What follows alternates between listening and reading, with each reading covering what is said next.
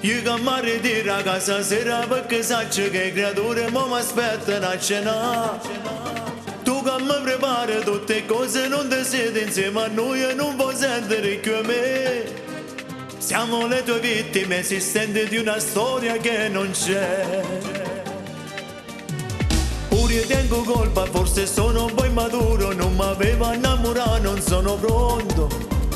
Tu già sei una donna, pure se che ho piccerella, me sono quasi 2-3 anni, ma non so. Se chiude nel senso continua sta sceneggiata, ma perché?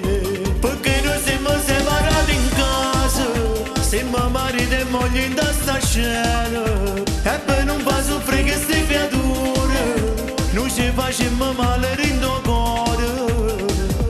Quando io sto a casa, sta in stanze separate, tu ascolti un po' la musica, tu guardi la TV, guardi moglie e dolce, un posto mio, un po' sta sola. Io non mi avvire sta, e figlia che passello da papà ti prego sai, la mamma è un poco triste ma cosa sta succedendo? La vita di rannanzo, tempo passa pure a loro, a cominciano a capire.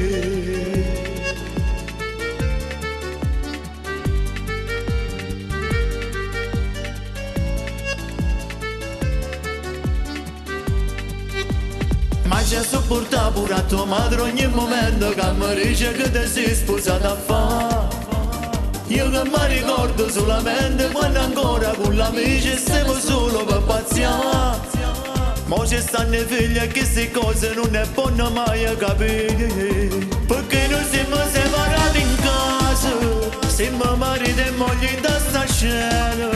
E per non far soffrire queste creature, noi ci facciamo male rindo cuore.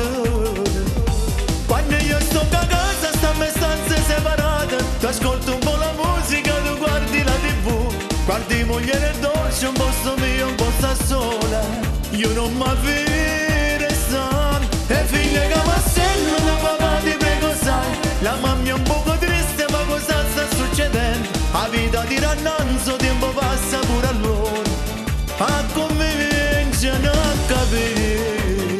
Noi siamo separati in casa, e per non far soffrire ste creature.